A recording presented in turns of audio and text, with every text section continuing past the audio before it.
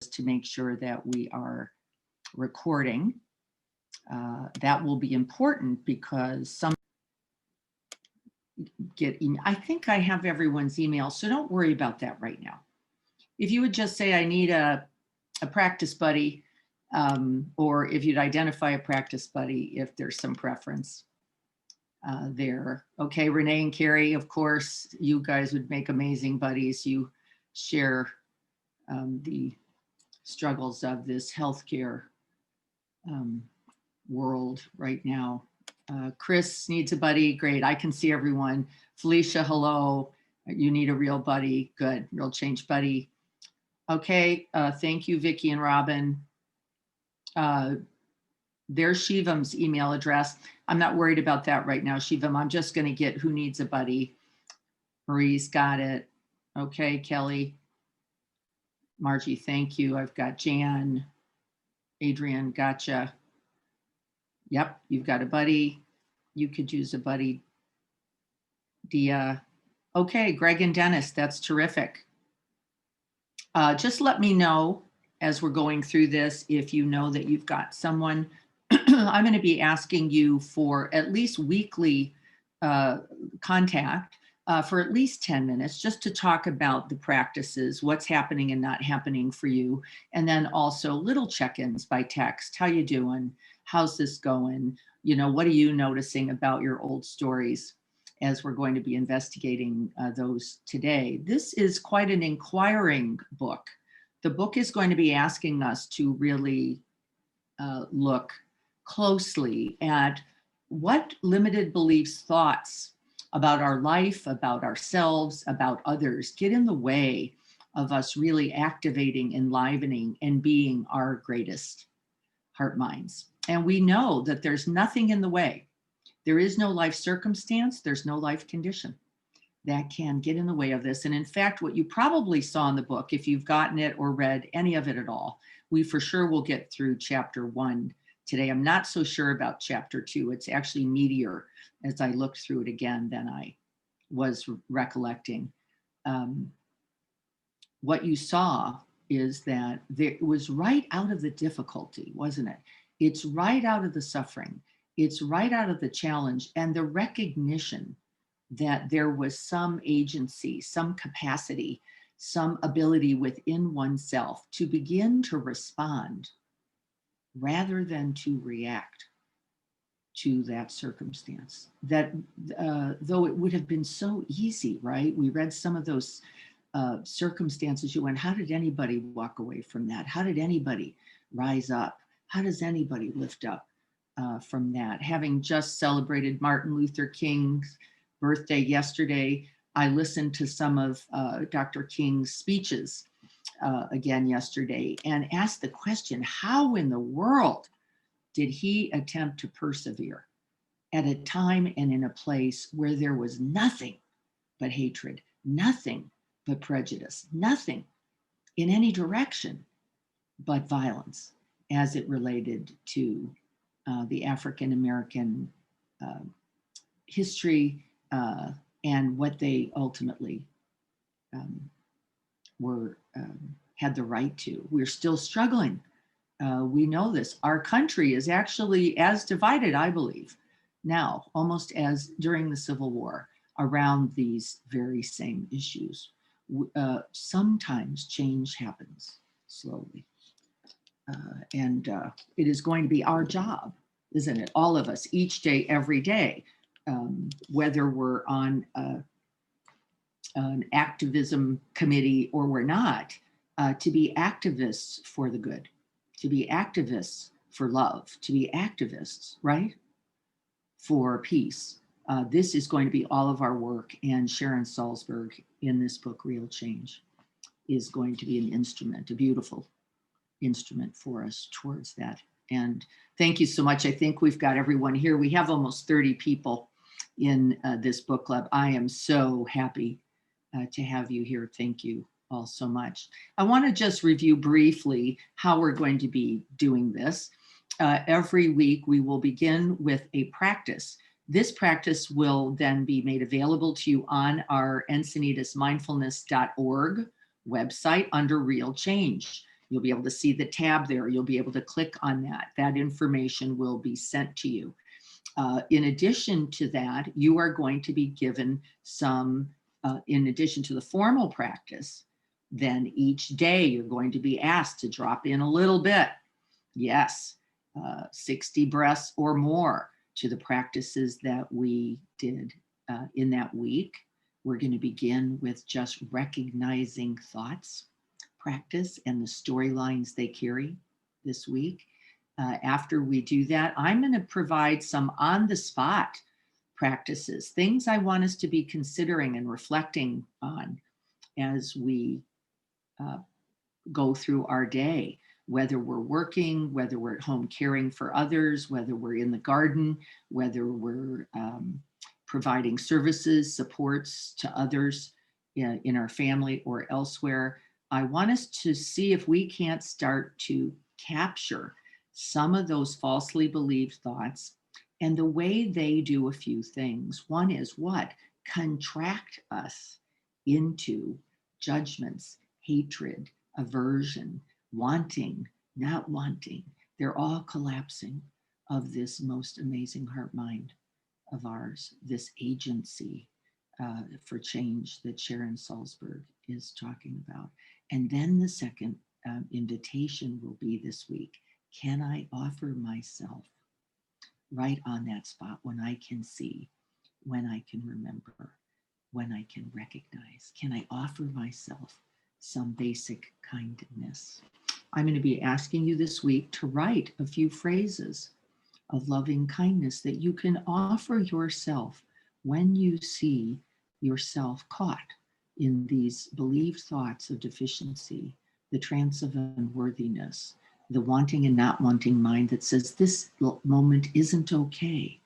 And in fact, how to greet yourself just as you are, beginning there with these phrases. We'll be practicing also a few today.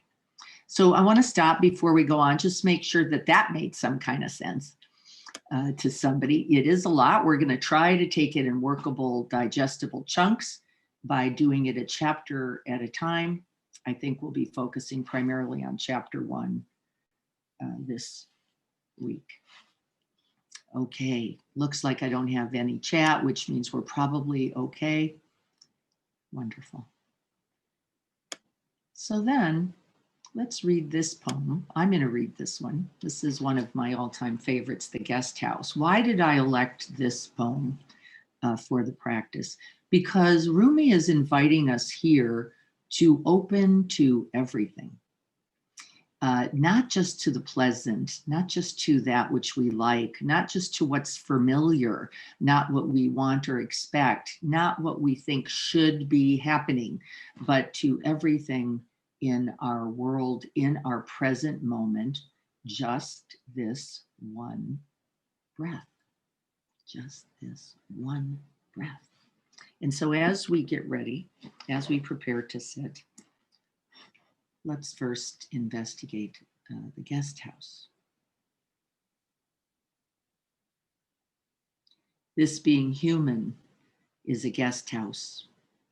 Every morning, a new arrival, a joy, a depression, a meanness, some momentary awareness comes as an unexpected visitor. Welcome and entertain them all. Even if they are a crowd of sorrows who violently sweep your house empty of its furniture, still treat each guest honorably. He may be clearing you out for some new delight. The dark thought, the shame, the malice, meet them at the door laughing and invite them in. Be grateful for whatever comes, because each has been sent as a guide from beyond. Each has been sent as a guide from beyond. Each is an essential part of your path. The path of this present moment, the one in which you are crafting your life and writing with each thought, word, and deed your story. So let's prepare to sit together.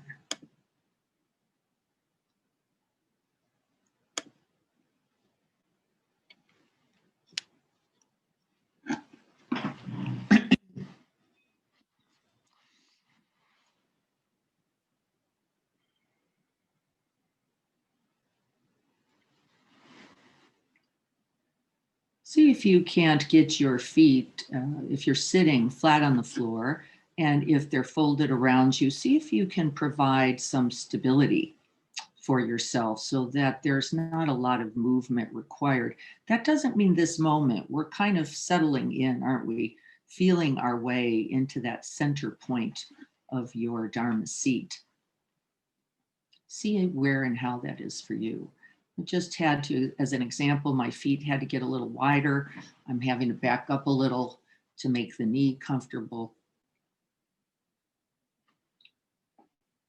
One little extra scratch on the nose.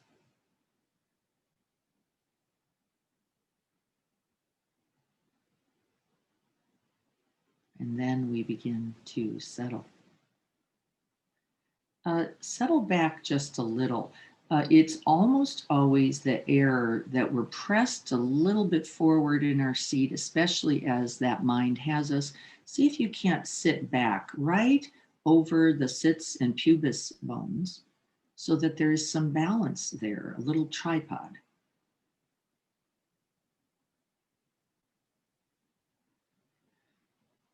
Take a big deep in-breath, breathing in. Raising the shoulders up towards the ears, and with a big out breath, settling down and into that center point. Ah. Do it again once or twice on your own here.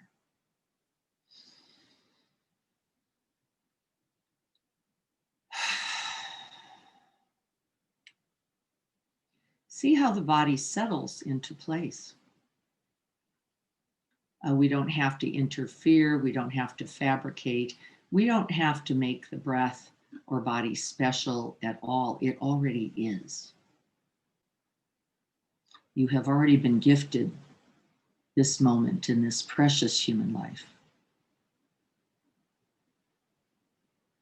Now we can simply breathe it in with joy and gratitude, awakening to this reality called this present moment.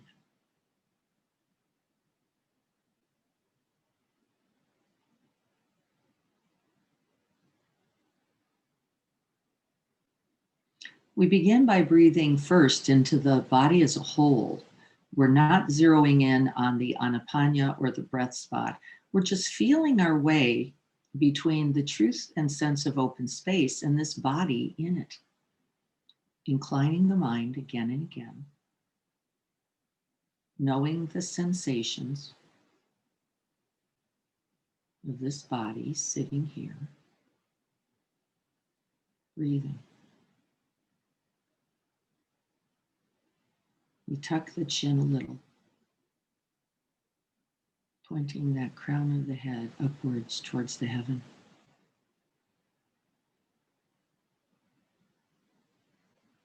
Stable, still. And then we recollect that which we love, which brought us here today. Maybe it's people or persons, groups. Maybe it's the wish to be or have greater ease in one's own body and life.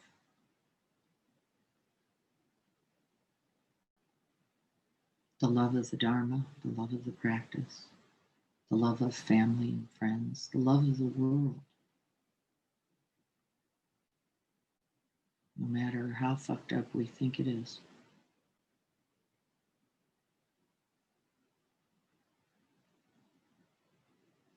Can we breathe that preciousness? Recognizing that as we breathe, it comes not only as a privilege, but with responsibilities.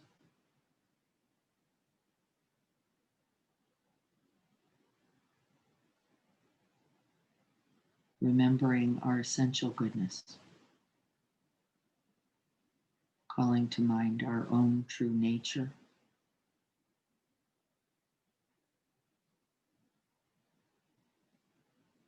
and committing ourselves to cultivating that goodness, not only for the benefit of ourselves and for those we love, but for all beings.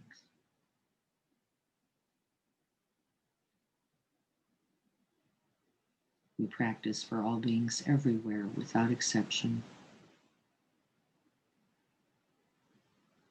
omitting none.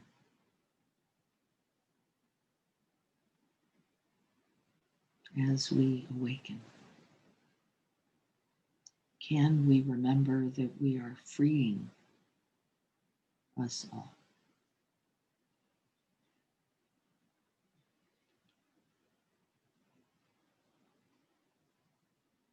And may this practice contribute.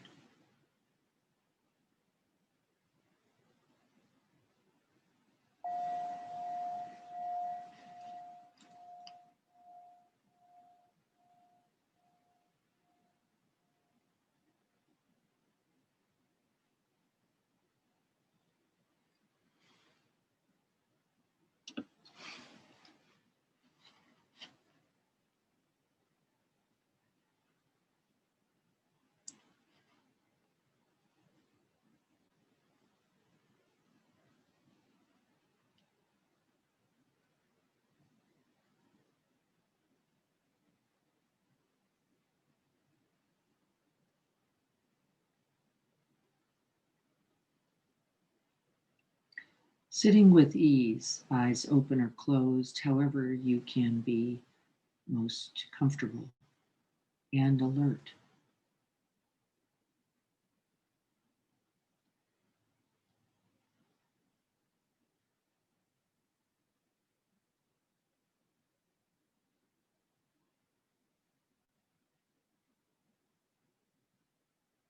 As we sit, we begin to bring the attention more and more from this body as a whole sitting here to awareness of the breath and breath sensations.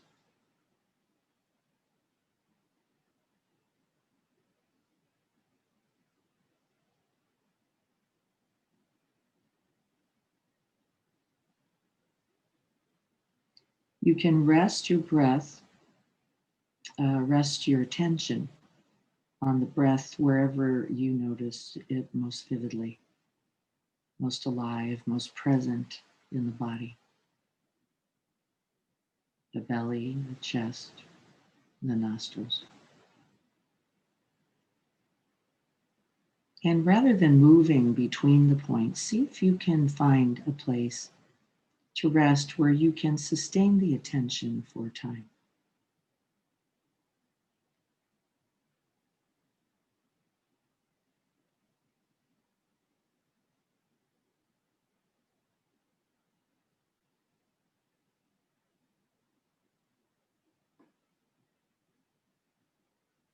Breathing naturally, effortlessly.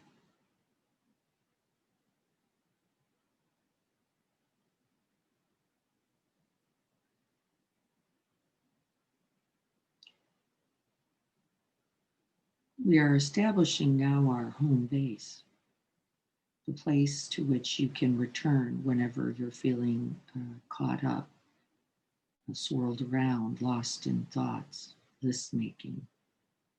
You can simply come back to the breath.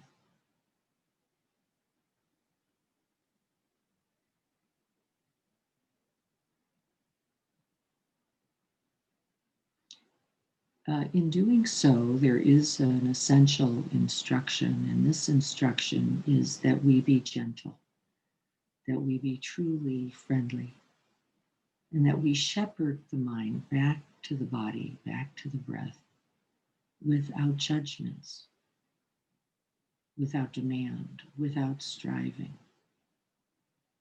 but with that felt sense of care and kindness.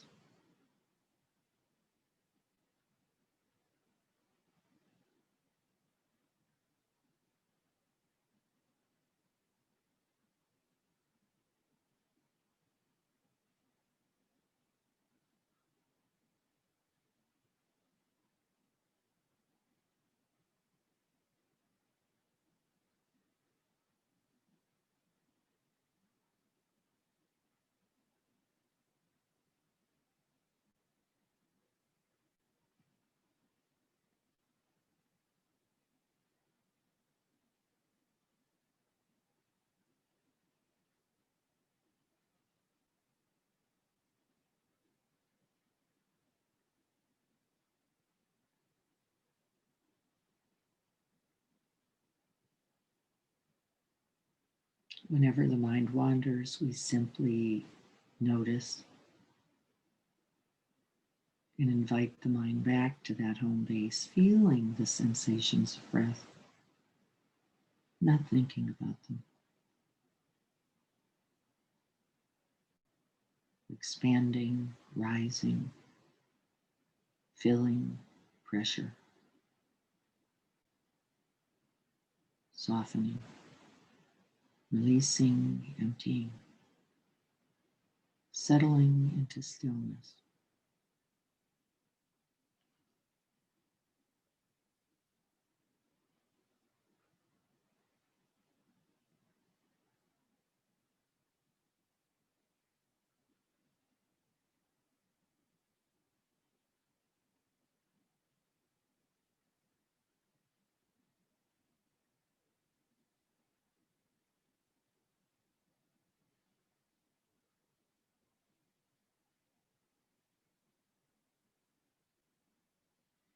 It is essential to offer ourselves these stabilizing, easeful, settling moments. We're catalyzing our energy, gathering ourselves together, inviting wholeness and presence right here, just this one breath.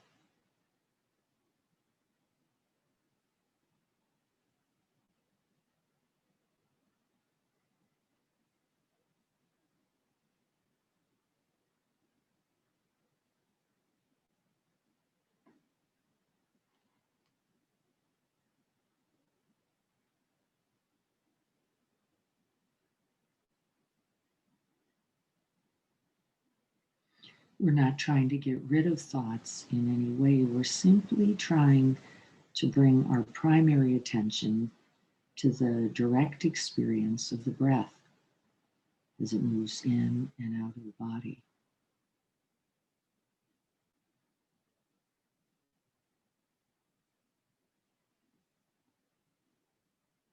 We can let thoughts pass like clouds drifting by in that wide, spacious sky. We don't have to push them away, and we don't have to grab them and make them ours.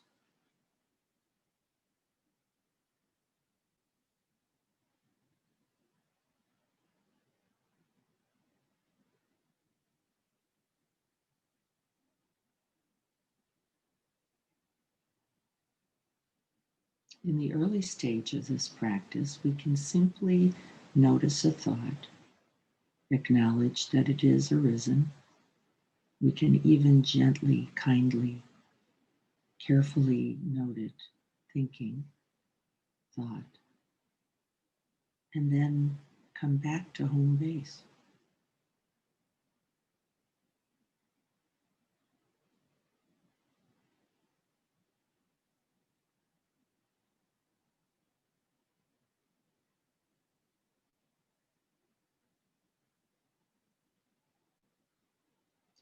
See if you can get a real sense of the body as it has mirrored the mind. Are there contractions or tightness? Is the breath shorter or shallow? Is it long, easeful, effortless? We're simply noticing, unhooking from the thought, coming back, waking down into the body and breath.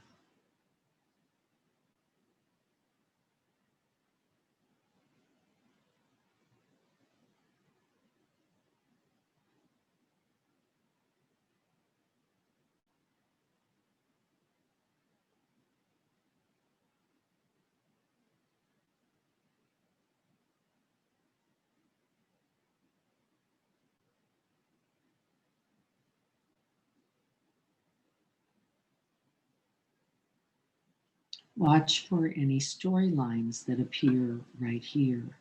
The storyline that I can't stop the thinking, this means I'm failed, I've never been a good meditator, this is too hard, I don't get the point.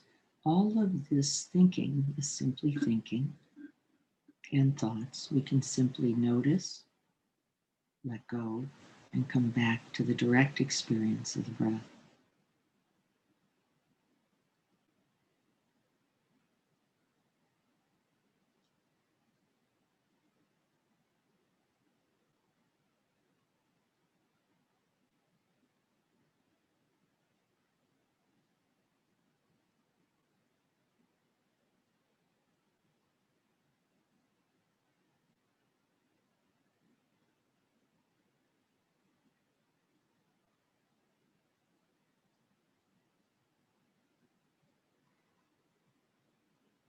It is right here, this present moment, that we can begin to capture moments and scripts of the storyline. It doesn't always come even as words, but rather a tone or attitude. Maybe a little frustration, a little tension in the body, a kind of shrug or resignation, a giving up. See if you can capture that attitude and maybe the storyline that's coming along. I'm never going to be good at this. Without judgment, with simple curiosity and that gentleness, we recognize the thought, we note it, and come back to the breath.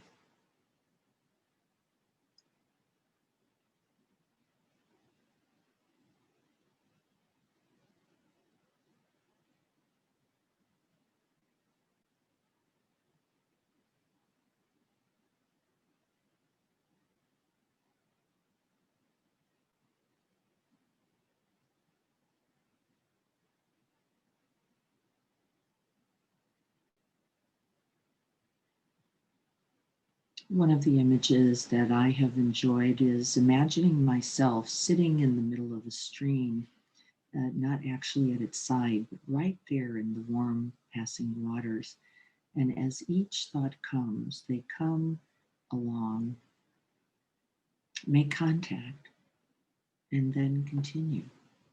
See if you can touch into the felt sense of the thought also as it comes.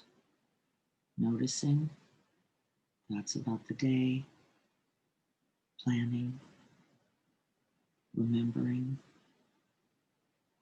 list making, analyzing, self judging thoughts, self congratulating thoughts.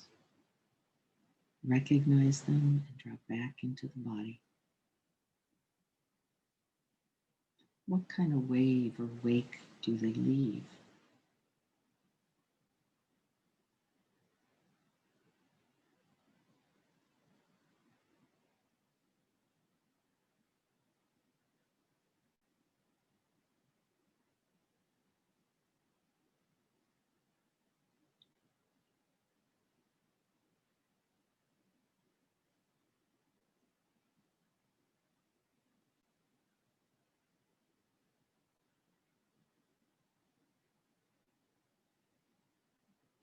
And for the purposes of beginning to recognize thoughts, we can actually gently repeat them as a way of then checking in. So often I will say, thinking, I wonder what's happening at 9 o'clock.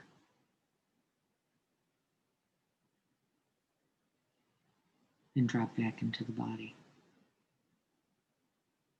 Thinking, did I schedule that 10:30 client? Noticing, thinking, back to the body. And I stay in there a few breaths, just seeing what the vibration, the resonance, the impact of that thought is on the whole body being. Can feel a little tightness, a little contraction. My shoulders just tensed ever so slightly, just noticing.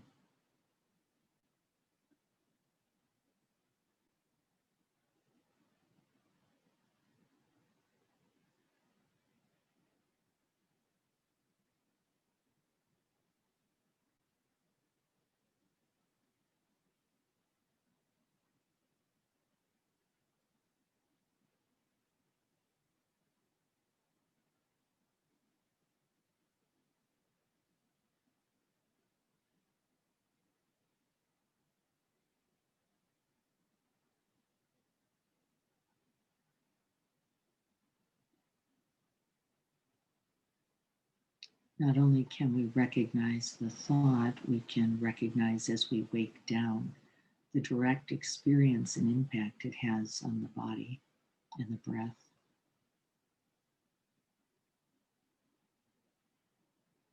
Take a few breaths to feel the effects.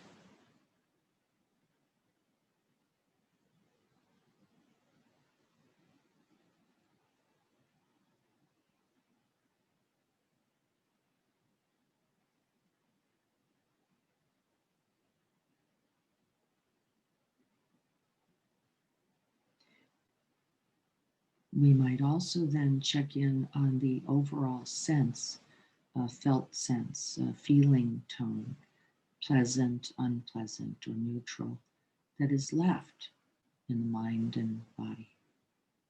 Now, this, I don't know what time I have that client thought, actually left me feeling a little ruffled, a little confused, a little tiny bit distressed. I'm not trying to change anything. It is in the noticing that we are liberated. And then I come back to the breath.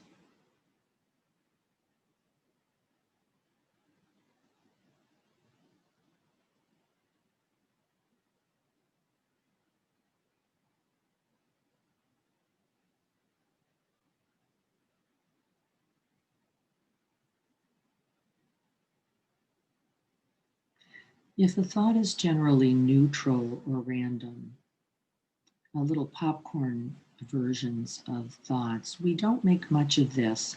It almost is not worth noting or wasting more energy with that. So we just simply let them come and go, passing in that stream or in that vast sky, letting them just go by, letting them be.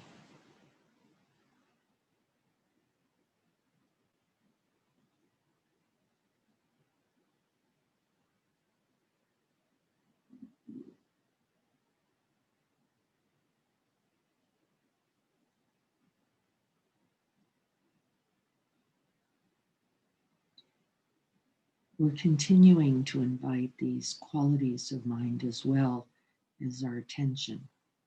These qualities include that gentle and kind curiosity, that genuine interest and care, that true friendship with whatever is arising.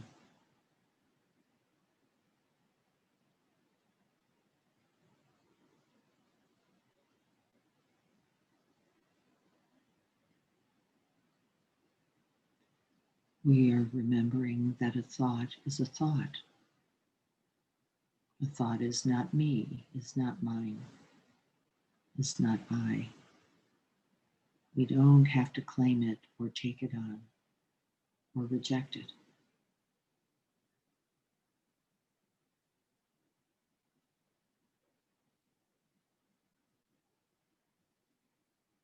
Just like with the breath. We cannot stop the thoughts, but we can begin to recognize and then form kind relationship. Thoughts about this, thoughts about that. No one thought better or worse than another.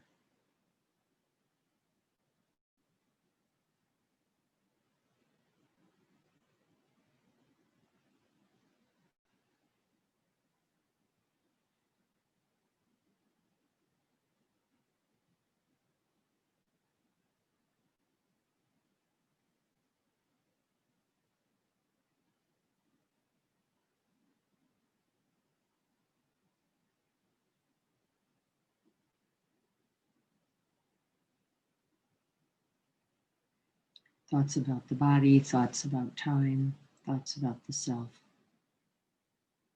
And each time we come back to the breath.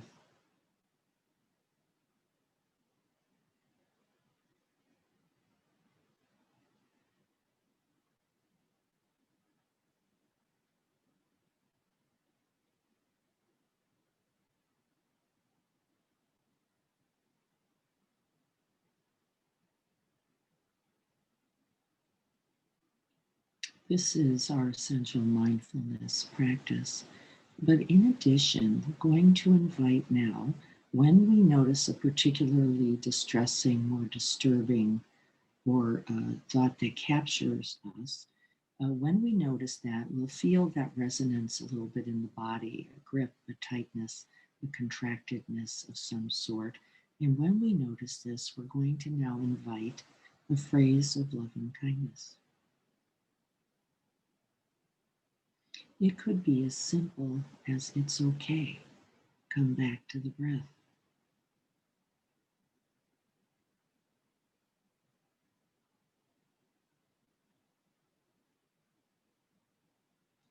Sharon Salzberg often says, "Hello, friend," as a way of not rejecting, pushing away, or claiming the thought, letting it simply be a companion to this present moment, here and gone.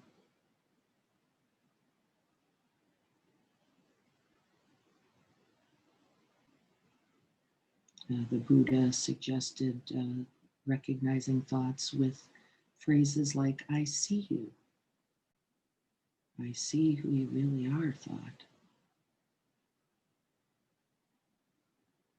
And then we smile and bow. See what you notice is a friendly and curious offering that includes that essential gentleness and kindness for you. Sweetheart, it's okay. Dear one, thoughts are just thoughts. They are not you. And back to the breath.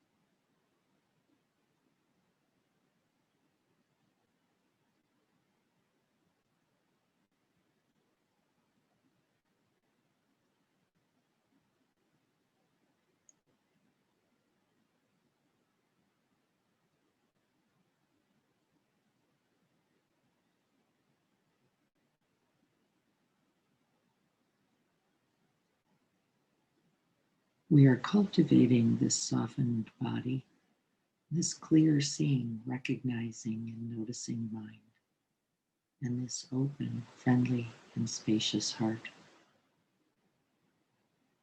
Nothing to struggle with, nothing to push away,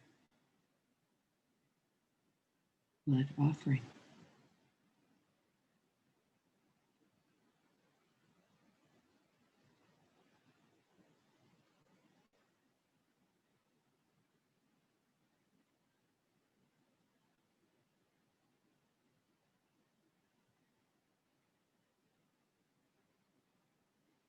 And at least once a day, in addition to this friendliness, to this kindness, to this gentleness that we're doing in the formal practice, I'd like you to capture at least a few times a day where you notice yourself carried away by these self defeating, limited belief thoughts. All of them usually are, most of them. And I'd like you to then make an offering of this sort using the formal phrases. May I be free from this mental distress.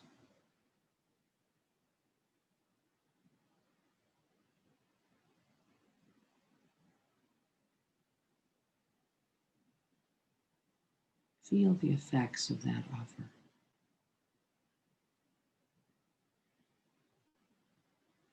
have ease of being.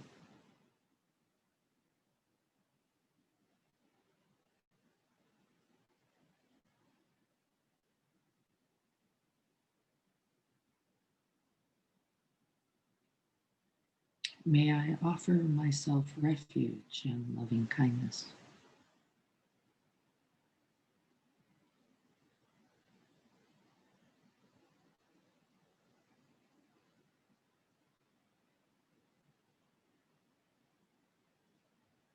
May I be free from inner and outer harm.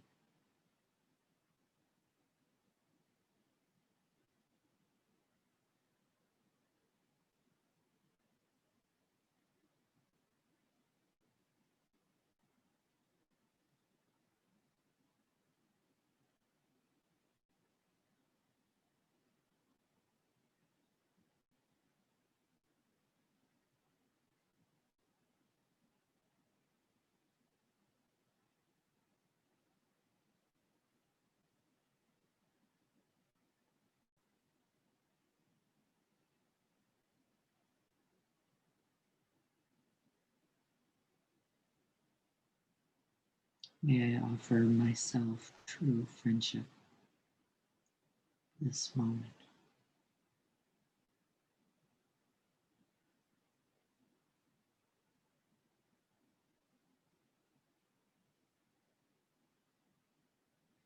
A part of the practice in loving kindness is the repetition of phrases.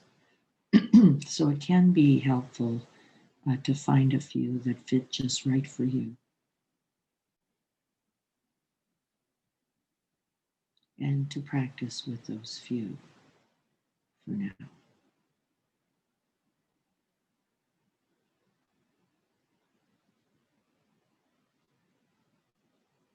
We're going to cultivate this quality of genuine care, gentleness, true friendship, and kindness in response to our reactivity, to our being carried away, to our contraction, and even to our old storyline. Hello, friend.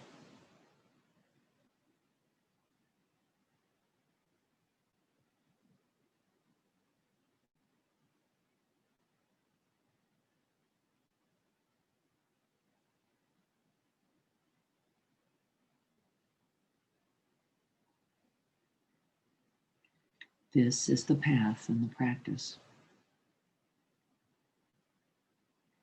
Mindfulness and loving kindness.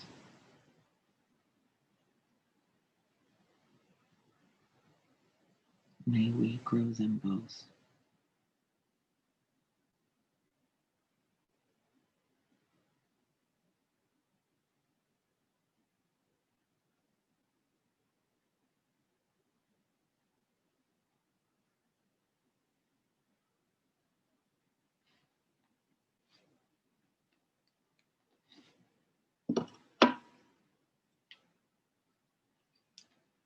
And may we all be well.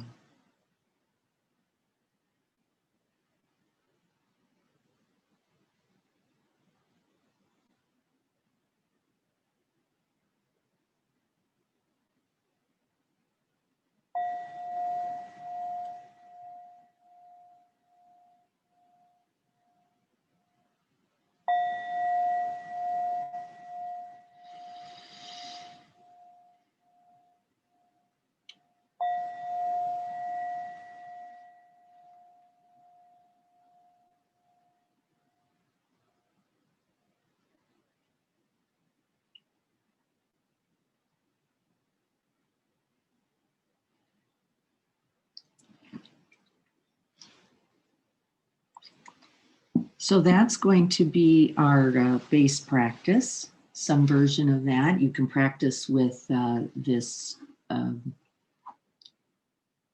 video. There is, I think, even an audio only version that you can play, as well as remembering. And what I can I get Shivam up here for a second? Shivam, I just had another thought about a way you could be helpful.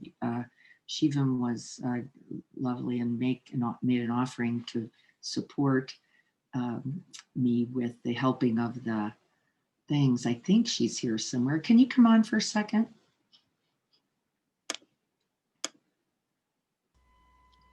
Hi, Diana.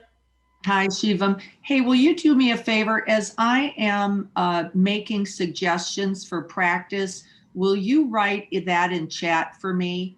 Yeah. Just remember this or practice this or let's do this. That would be really helpful for me. That I can capture that and then include those in the summary. Yep. I really appreciate that. So I've already made a few suggestions. One is that I would recommend that we practice mindfulness with loving kindness in this way a little bit every day, using the video or not, whatever is most comfortable for you. And then the second practice is I want us to capture at least 3 to 5 thoughts every day. This is the on-the-spot informal practice, noticing being caught in those swarm of thoughts and seeing if rather than just go, huh, or being carried away or hijacked by the thought, if we could acknowledge thinking, we might even make the good mental note thinking or thought. You might repeat it for yourself only because I want you to begin to capture the storyline that you're actually carrying with you. That's not usually a random thought. That's the thought that's actually a seed and a thread for an entire narrative called I just can't get it right. Life's too hard. Why doesn't this ever go my way? If only, blah, blah. And we're going to be investigating those next week. But see if you can't capture that thought, note it. And again, I like repeating, thinking, why can't I just get this right? Or why can't you just shut up? Whatever that thought is. And then also making that offer of loving kindness. Hello, friend. Just noticing thinking. May I have ease in this moment? May I be well? May I be okay? May I not be caught and dragged away by this phantom of the thought? Whatever can come for you. So there's a few things: capturing the thought and noticing, practicing a little bit formally each day, and then seeing if we can't catch 3 to 5 thoughts, noticing our reactivity to them, our tendency to buy in, shut down, reject, or sink, collapse, as Sharon Salzberg talked about in the book. We'll look at that in a moment. And then make that offering of kindness, of friendliness. And I'd like to see what phrases I'll be asking you next week. I'd like you to share that also with your buddy. What are you noticing? Are the themes of these thoughts, as well as what kind of offering can you make to yourself? Remember, the repetition is actually part of the practice. 3 to 5 times a day. Does that seem pretty workable for everyone? Looking up, I'll check some faces here. Seem workable? It takes practice to catch them. So remember, be careful about the perfectionist that's already showing up. The one who's already going, uh-oh, 3 to 5, what if I can't get any? Be watchful of these tendencies to see yourself as lesser than you truly are. Yeah, thank you, Shivam. I really appreciate this. This is going to be really helpful to the group and to me as we go to write the summaries. I'm going to check in just to make sure that we have particular questions about the practice. Any questions about the practice, please ask them. Let's not go into the week and then go, what happened to me? Few minutes every day, use this if it's helpful for you. Stabilizing the mind, capturing thoughts, and then when we notice those contracting thoughts, making an offer. Listening on your phone is just great. Yes, it is actually very helpful, Denise. I agree with you. This is the essence of mindfulness and compassion and kindness practices. So practicing them in these simple ways is actually the path. We don't want to make this too technical, too difficult, because then the truth that we can enlist, we can change right here in this very radical way, instead of staying in the contraction, instead of falling into the limited belief thought, instead of just deciding, forget it, I'm going to bed and pulling up the covers. This day's too hard. I can say, wait a minute, thoughts, just noticing thoughts. How do you find this meditation? You're going to be finding the meditation in its archive, just like this. This is being videoed and audioed right now. You're going to be going to our encinitesmindfulness.org website. On the website, you will see tags at the top, and one of the tags will be real change. You will see week 1, real change. You'll notice that the video is there, as well as the class summary. There'll be some notes there, as well as the poem. We're going to try to include all of that there for you. There's some people who can't join us every Tuesday morning, but will want to capture the rest of the class. We've already had to have 3 people leave. No problem. They're going to be able to go back to that archive. And Shivam, thank you again for helping. You'll help me get notes that are meaningful for the group as well. Yes, I love the book as well. In fact, we're going to go right now to the book if I don't see any other questions. It doesn't look like we've got that. So I'm going to see if I can't make this little transfer. See if I can save this screen for you all. If you have your books, you might want to get them. Only because I think it's a little easier. I'm going to have the book up here on the screen. We're going to be capturing some quotes and seeing if we can't cull out some of the wisdom of Sharon Salzberg's writing and her experiences as well. And this was the first one that captured me, by the way. It's right here, I think, in actually the preface.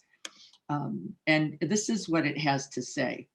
This is a book not only about trying to bring about change in the world, but also about how this ever-changing world also changes us. Isn't it true? They're interconnected, interdependent, interdynamic, organic. Everything is changing everything. This is the truth of the dependent origination of all things. And so then think of the power of that. It just gave me chills that you are also this agent for change in this moment. It is not just life happening to you, you are happening in life as well. And we often forget this, don't we? And believe that somehow it's a one-way street. It's only going life happening to me, but it is not true. Every thought, word, and deed that you place out is also interacting, influencing, affecting, vibrating, and changing the world. And may this book be of benefit. May it be helpful to reducing ease, to serve to connect us further, so that we are not defined by isolation and fear, which is the cause of all suffering, all violence, all hatred, all greed, and all delusion, but rather by wisdom, kindness, and compassion. And here was the introduction. I ask that you also read that. The essence of this chapter, of course, is what? We are all in this together. Look at the number of people just here for this Tuesday morning practice when it would be so easy to be somewhere else. Thank you for that. It matters that we are in this together. Please, if you have not identified yourself yet as someone who needs a buddy, please put that in the chat, because we each need supports during the week to remember, to practice, to not be pulled away by these defeating thoughts. And the buddy is going to be there to help us. Here's a few thoughts from the introduction. Mindfulness and even loving kindness are commonly thought of as personal and inward focus, but they can also very much be social practices, right? They are about engaging, becoming open-hearted, becoming more enlivened and interactive with the world. Efforts towards change are an expression of our own innate dignity and testament to the belief that what we do matters. This is where I'd like to stop. one of the things I have a question about is, what is one of your core beliefs about that statement? Efforts towards change are an expression of our own innate dignity and testament to the belief and the value that what we do matters in this world. What do you think about this? What does your own perceptions about life in the world say to you?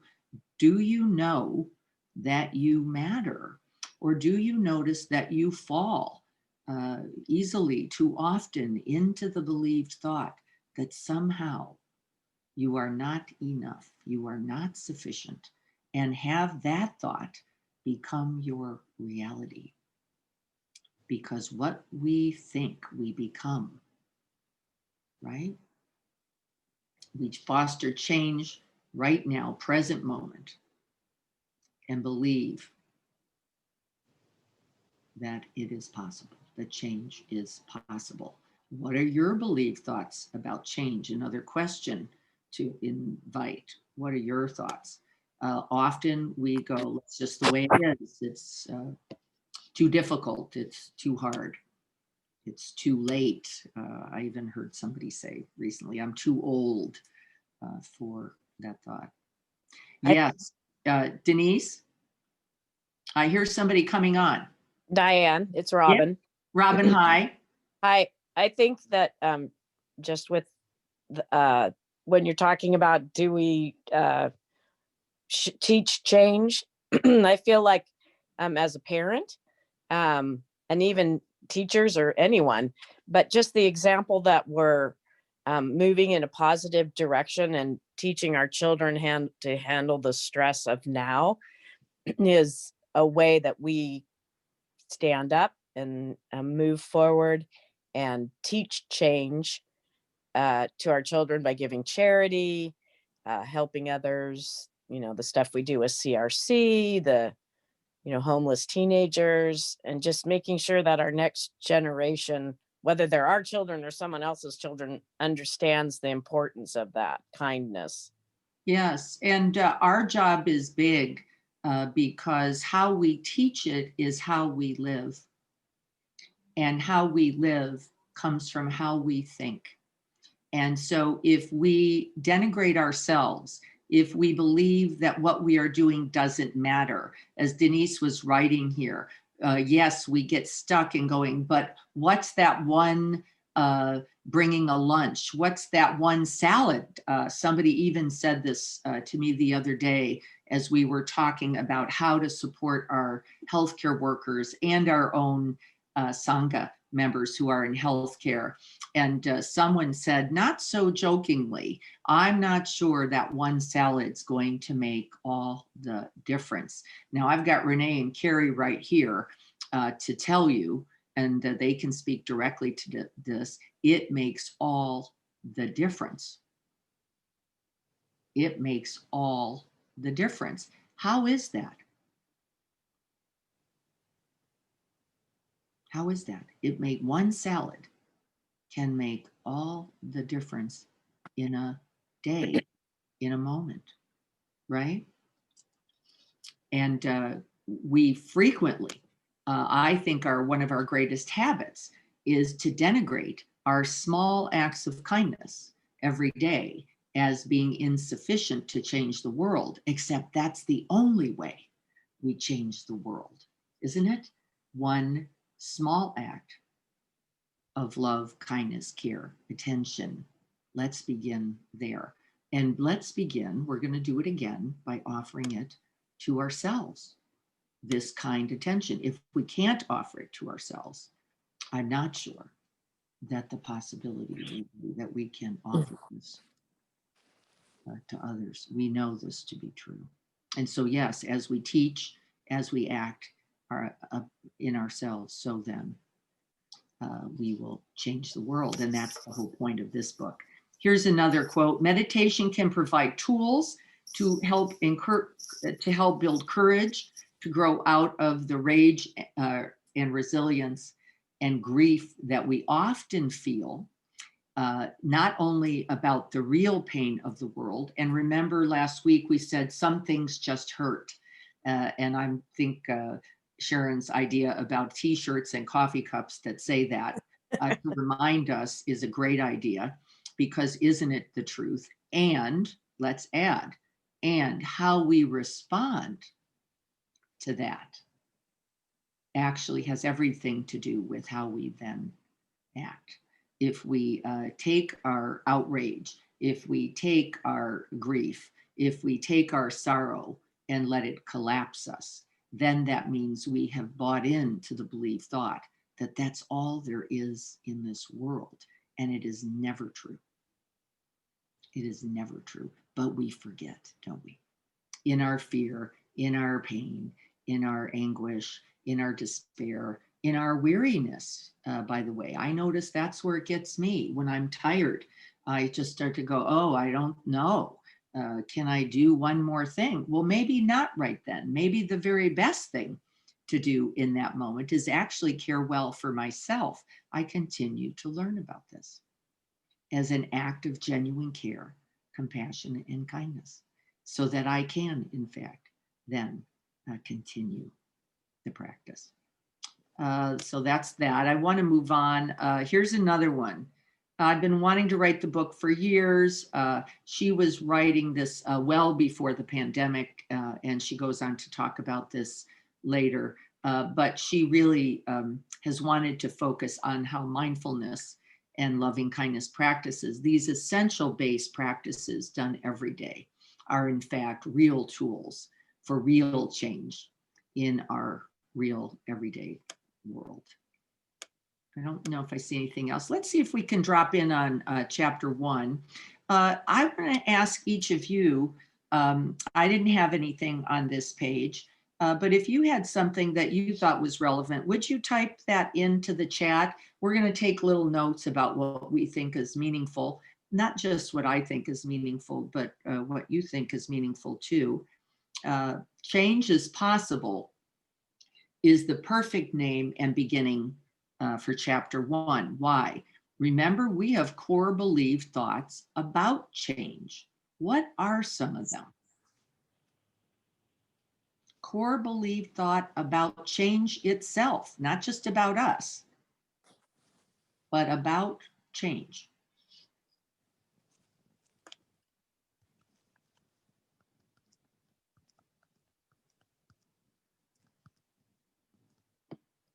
Write that in chat if it's coming to you. I'm going to take a look there.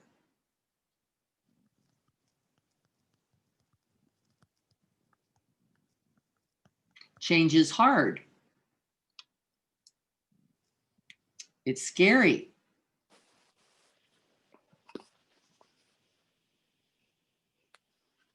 Yes.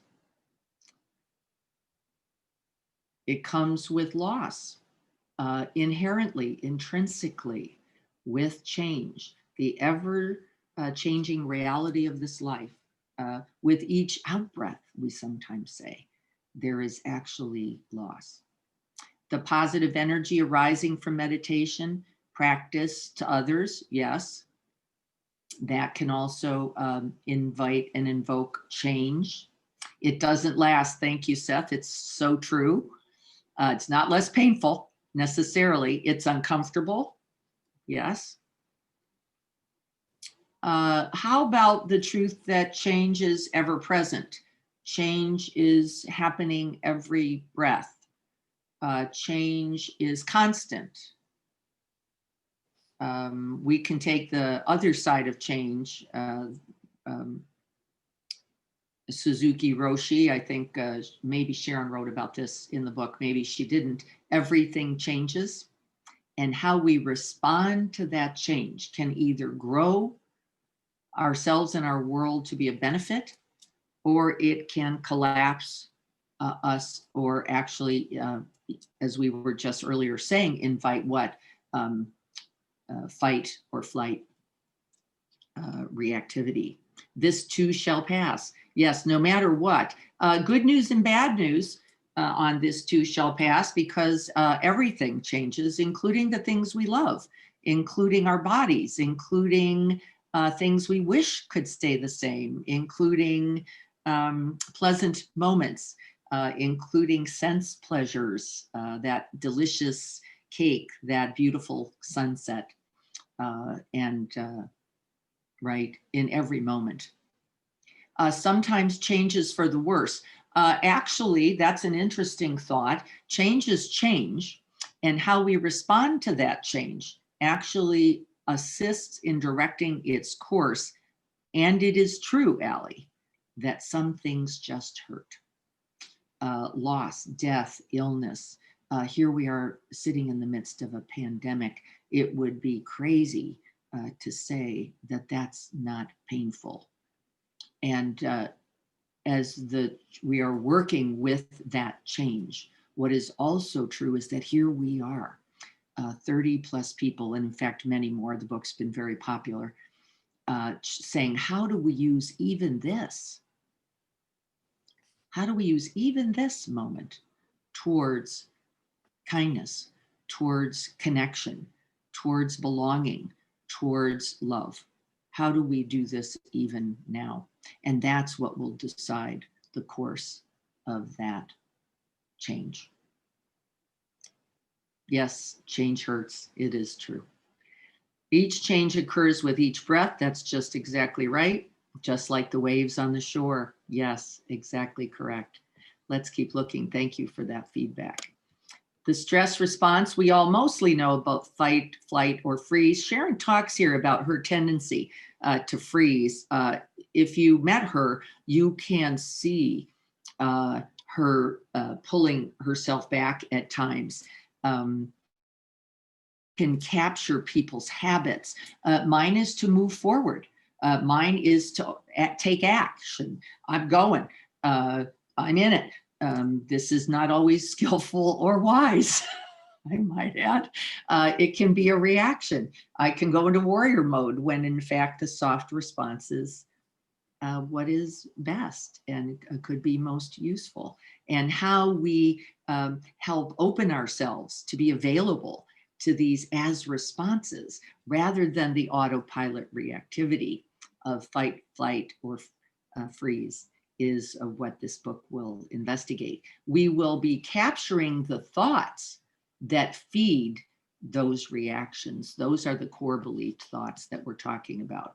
There was a quote here that I liked. Some stress experts say fighting or fleeing are signs of hope, while freezing is lanced through with strands of hopelessness.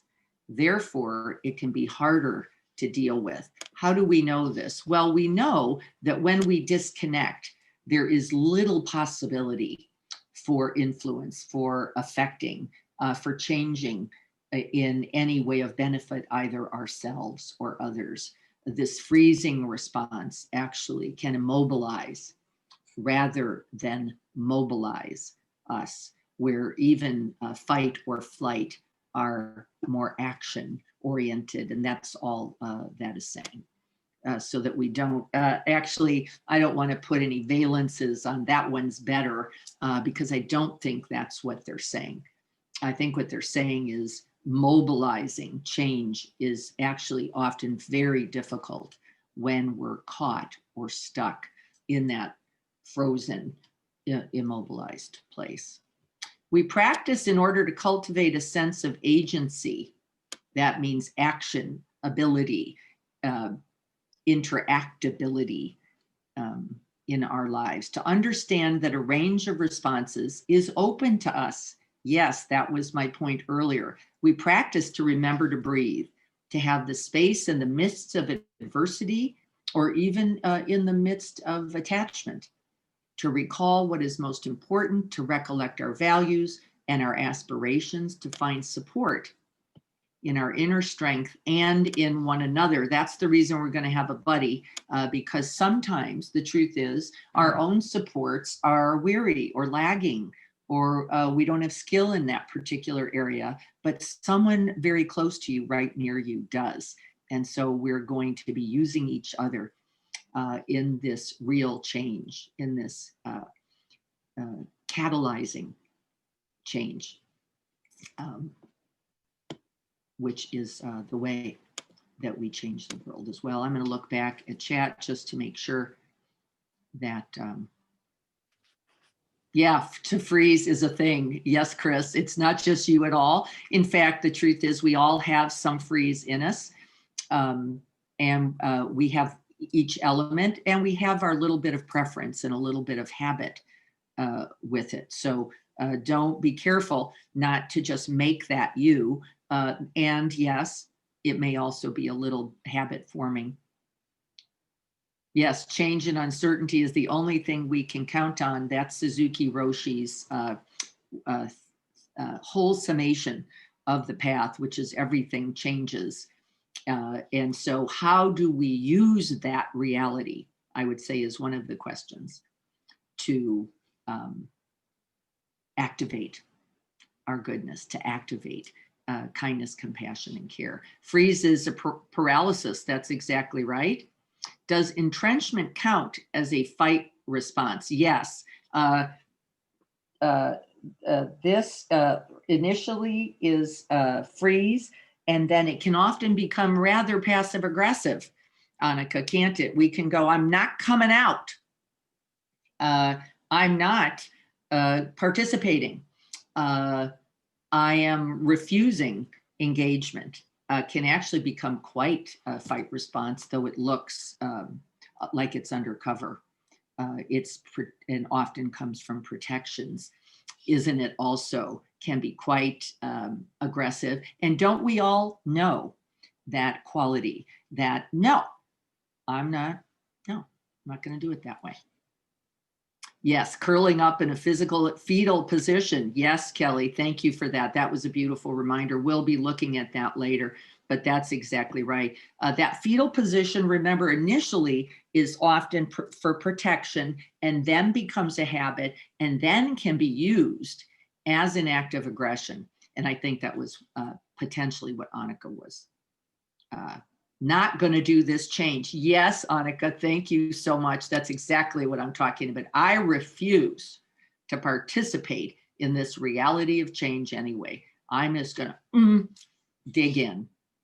That's right. And it can also be very aggressive. What Sharon is saying here is that the aching heart is the, of course, the origin of all suffering.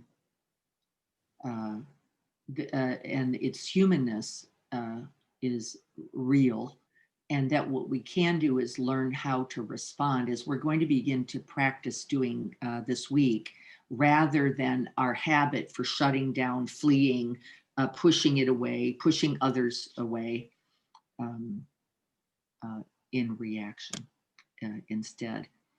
These were some personal anecdotes of Sharon's. If you saw something here that had particular meaning for you, please include it in the chat.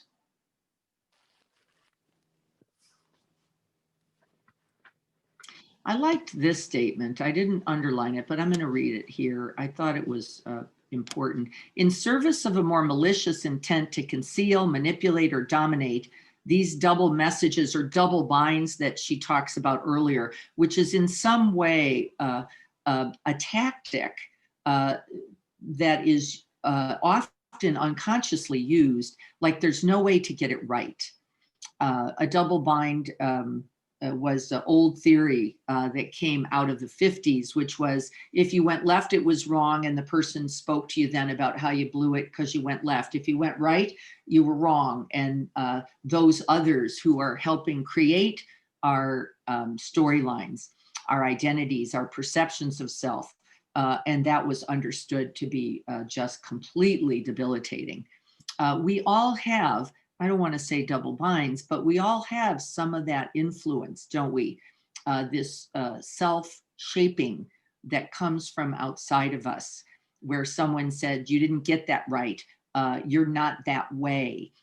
You're not athletic enough. You're not smart enough. You're not pretty enough. You're not very artistic. Well, you never shut up. You don't talk enough. You're hopeless. We took those in, and they were often communicated, don't we know this, in this more double bind form, where there was simply a lack of response, There was simply criticism, sometimes not even made with language, just lack of attention or care, and sometimes even then more active criticisms or judgments happened. We began taking all that in. Sharon talks about this a little bit here, and actually began to shape our own belief thoughts about who we were, how we are, what we're good at, what we're not good at, what we're capable of and not capable of. And this is one of the essential things that we need to investigate in real change, because we are all caught by those storylines. We're going to be looking at that some more. What belief thoughts were you told? This is another inquiring question. What belief thoughts about yourself were communicated to you explicitly or implicitly? My family thought I was a riot. They thought I was really funny. I've grown up thinking I was funny. This is not always true. Yeah, thank you. Not always so. And I learned how to use that as a way of working out conflict, as a way of staying out of trouble, as a way of pacifying someone in the family who was in rage or in pain.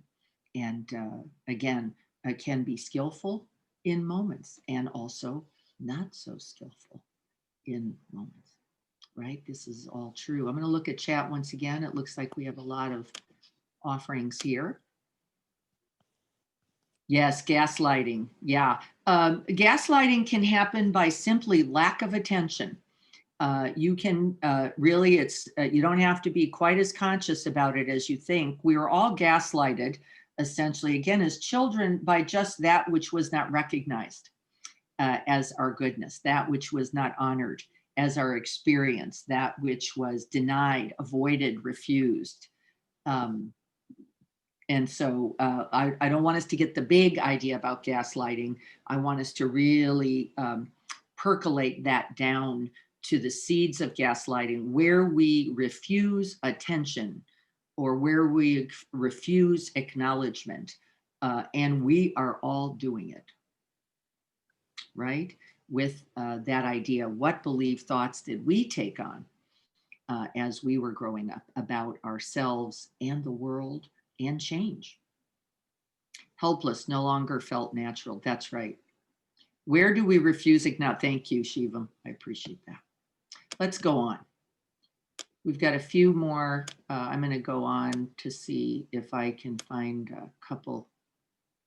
These were some anecdotes. Sharon talks about her mother here, and an old, beautiful passage that I love, and a quote I love, which is, tranquility itself is not freedom. Ease by itself is not freedom from the storm, but peace within the truth of what this whole life, not even just the storm, this whole life. Can we find ease, tranquility, equanimity in the face of it all? And we practice moment by moment, thought by thought, breath by breath. Let's see where we get stuck.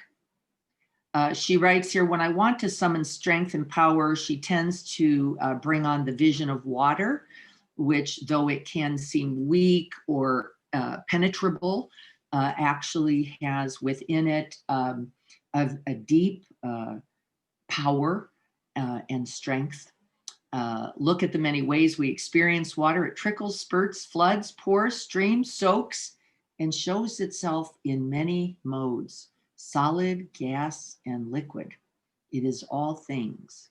All these convey evanescence, release, and flow. They are all about not being stuck.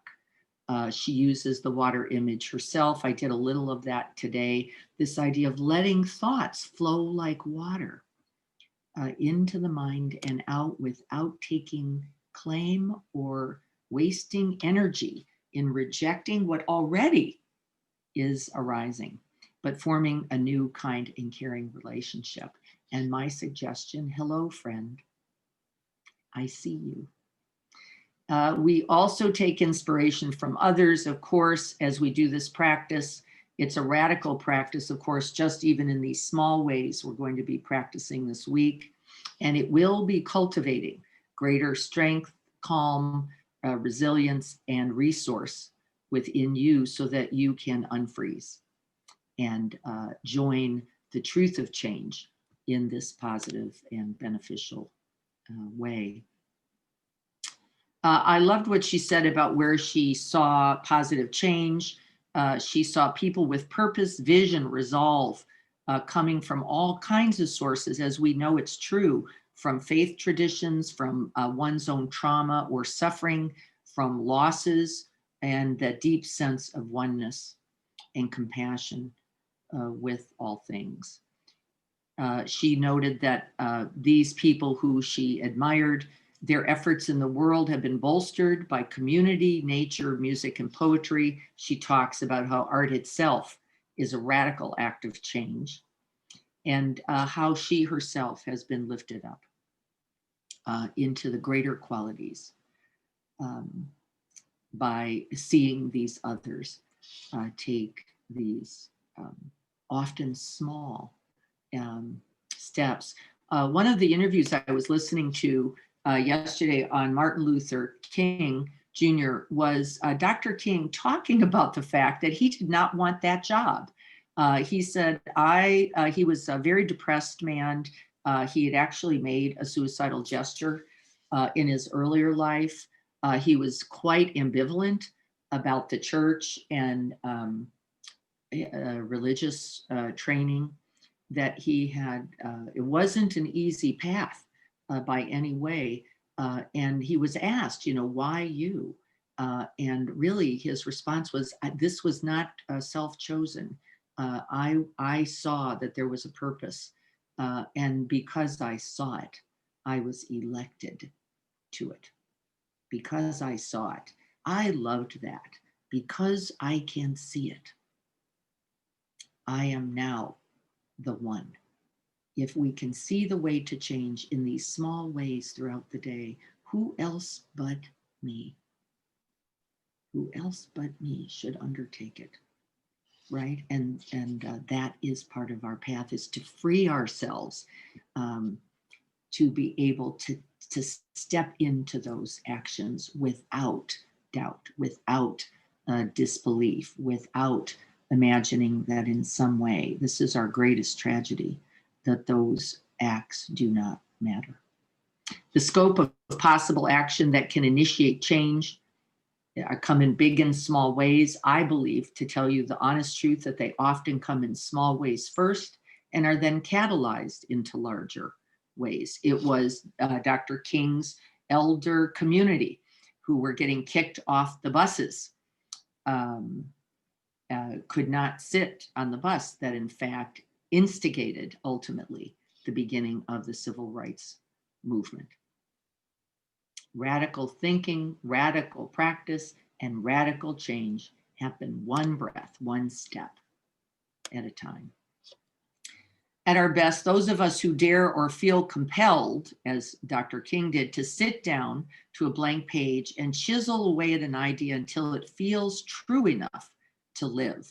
This is what we're all doing, whether we're artists, writers, or just human beings.